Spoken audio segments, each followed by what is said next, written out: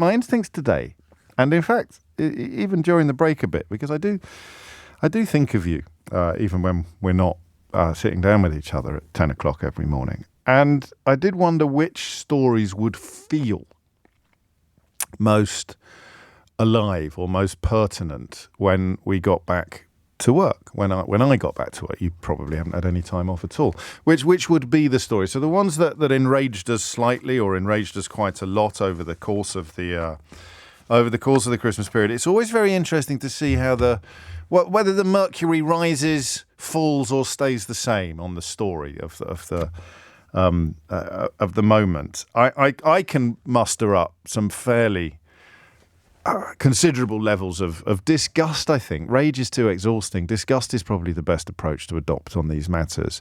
To the fact that Liz Truss felt not only that she was entitled to bestow titles upon some of her cronies and financial supporters, but also that she felt entitled to do it so much. One, indeed, for every 4 days that she spent in office. And remember that a significant period of that dreadful administration was spent in national mourning for Her Majesty the late Queen. So in fact, if you were to remove the days of mourning from the Liz Truss premiership, you'd probably be doling out a peerage an hour or a knighthood a day or some such monstrosity. But I don't know that feels quite as egregious as the story to which we're going to return. I was supposed to talk about pints of wine today, but I'm not sure anybody has come out in support of that being anything other than ridiculous. And we may get onto that later in the week. We may get onto that later in the week.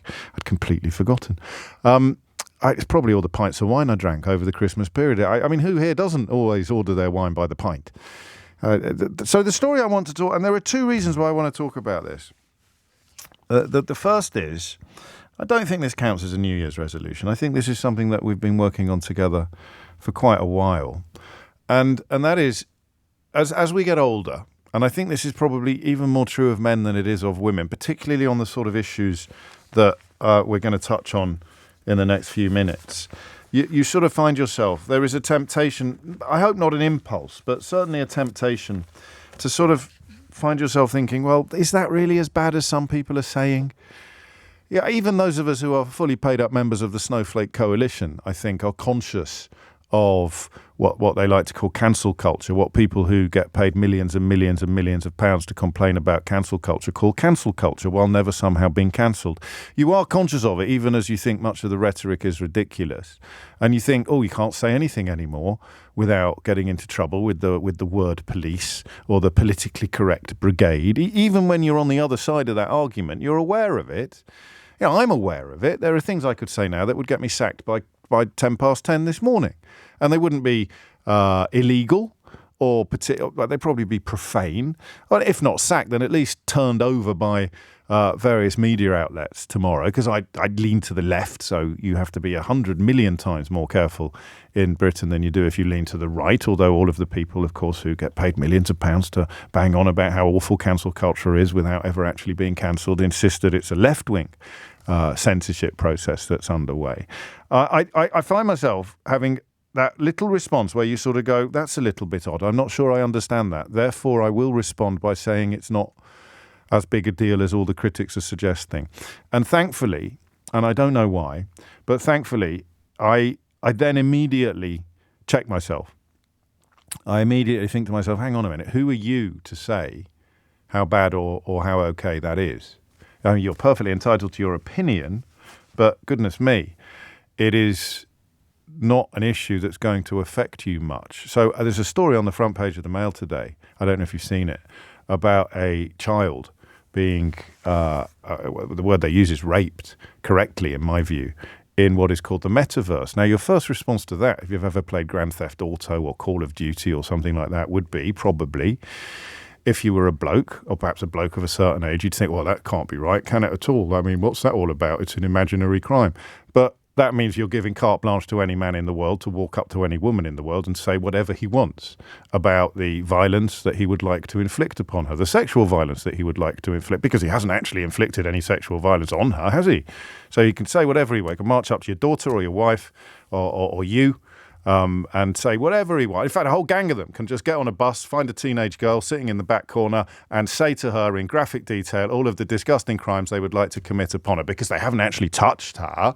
So do you see what I mean? So first response to the story might be, if your brain never gets out of second gear, well, that's not a proper crime, that's imaginary. But if you encourage your brain to get into third, fourth or even fifth gear, you begin to realise that this metaverse presents a whole host of moral, ethical and legal conundra that the world is probably not yet ready to address. How many times have we said together that technology is usually a lap or three ahead of the law on these matters? It's one of the first sort of conversations we had back in the day when the internet was coming into its own.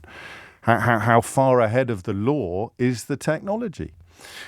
And I also had that response when it was reported that the Home Secretary had made a joke about putting a date rape drug in his wife's drink. I think I'm going to have to say that again. The Home Secretary at a Downing Street gathering made a joke to a group of women about putting a date rape drug in his wife's drink. Now, it later emerged that this joke had been made on the day that the Home Office issued guidance or received guidance, I think. The Home Office received guidance on not making jokes about Rohypnol or about date rape drugs. These are chemicals that essentially sedate women and allow men to take them home or take them to a quiet corner and sexually abuse them, rape them, assault them. You can fill in all the gaps yourself. That is what a date rape drug is. It's an unfortunate misnomer, I think, a date rape drug, isn't it? I mean, but at least the R word is in there, but it's still, I don't know, it feels perhaps a little less serious than it should. In fact, I'm going to have to say that again. The Home Secretary made a joke about putting a date rape drug in his wife's drink. And he did so on the day that his own department had issued guidance on why you should not make jokes about date rape drugs, about Rohypnol. He talked about, and I'm going to quote him now, putting a little bit of Rohypnol in her drink every night, and added it is not really illegal if it's only a little bit. There are several things about this conversation that I find reprehensible. The first is that he thought it was a private conversation in Downing Street. Oh, that's all right then. You know, the Home Secretary, the man who is essentially responsible for law and order, for the entire criminal justice system in this country, thinks it's okay to make these sort of jokes in private, even though I believe there were journalists present. The second thing about it that is, of course, reprehensible is that he doesn't really seem... Well, the fact that in the first place he could have thought that it was acceptable. I don't know how many people have made an off-colour joke and realised immediately that they had misjudged the room. And by the room, I can mean just the half a dozen people or so that were standing with you. You don't have to have been standing on a stage in front of an entire room. But you do know, don't you? But even then, I think, I once found myself at a New Year's Eve dinner and I'd had a couple of sherries and I embarked upon a well-rehearsed diatribe about how awful Clapham is and how it's the Stepford of South London. And this was many, many years ago. I wouldn't do that anymore now because, A, I'm not that big a plonker anymore, and B, I don't think it's true. But I thought it was hilarious, and I'd done it a couple of other times, always with people that didn't live in Clapham. And on this occasion, I realised about 4/5 of the way through, actually it was when my host pointed out that we were the only people sitting at that dinner table that didn't live in Clapham. And that's what you call not reading the room. So I can forgive myself for thinking that making jokes about Clapham being a bit Stepfordy, accidentally in a room full of people from Clapham, just makes me look like a plonker, right? I cannot begin to imagine making a joke about date raping your wife in Downing Street in front of female journalists because you didn't think anyone would reveal what you'd said and that everything would be okay. It's that absence of seriousness coupled with the complete disregard for the gravity of what he's describing that makes me think that this is actually the story of all the stories from the Christmas and New Year period that deserves and needs to be pushed back into the public space. Downing Street have done what Downing Street almost always do when some of the misfits and inadequates that Rishi Sunak has been forced to promote into high positions because support for Brexit remains a key qualification for high office in this country. Downing Street has announced that it considers the matter closed. Well, guess what? I don't. And I suspect that you don't either.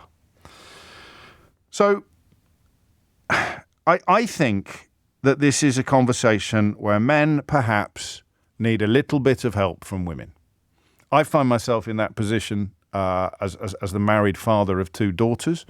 I find myself in that position a lot. There are views and perspectives on all manner of issues that I'm not sure I would have arrived at all, or at least as quickly, were it not for the fact that I have female perspectives at my fingertips on all sorts of issues where once I would perhaps, it's the apotheosis of the hashtag Me Too movement, isn't it?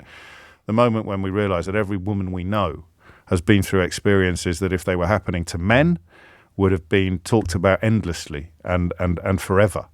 But because they're happening for women and they've become so normalised and women have grown up so used to male aggression and male sexual suggestion and jokes about Rohypnol and all these sort of things that they'd somehow become an utterly bogus consensus that it was somehow okay. It was a joke that I made, and of course you know I regret it and I apologised immediately, and that apology is heartfelt.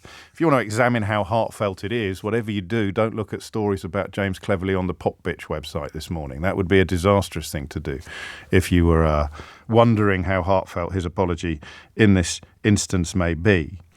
I don't think I'm going to ask you a more sophisticated question. Joanne has picked this up for me. Thank you. I knew I was struggling with that phrase, date rape drug. I knew there was something about it that was sticking in my craw. It felt inadequate. It felt like it didn't quite fit the gravity of what was being described. Joanne says, very simply, in a text to 84850, it's not a date rape drug, it's a rape drug. So can we remove the word date from all coverage of James Cleverly's joke, please, immediately? James Cleverly said he regrets making a joke about spiking his wife's drink with a rape drug, and should never have said it. There it is, isn't it? Home Secretary James Cleverly has apologised for making a joke about putting a rape drug in his wife's drink. Unfortunately, the second line of this news report doesn't change. No action will be taken against James Cleverly over his date rape joke as the Prime Minister considers the matter closed. Now, I don't think James Cleverly appreciates how serious this matter is, and I don't think, crucially, Rishi Sunak appreciates how serious this matter is. If Rishi Sunak wanted to demonstrate that he understands how serious rape is, particularly following the deployment of rape drugs, then he could have sacked James Cleverly immediately. It would have made him look both strong and serious, possibly even stable. He would have been able to show the world that this is a line that cannot be crossed. I rate James Cleverly, he might say. I regret the fact that I have to let him go, but I cannot run an administration when the man who oversees policy makes jokes about rape. Would you take a moment out of your morning to explain to Rishi Sunak, and if it's worth the effort and the oxygen, to James Cleverly, why this behaviour is unacceptable and why this would be, in a sane universe, a stone-cold sackable offence?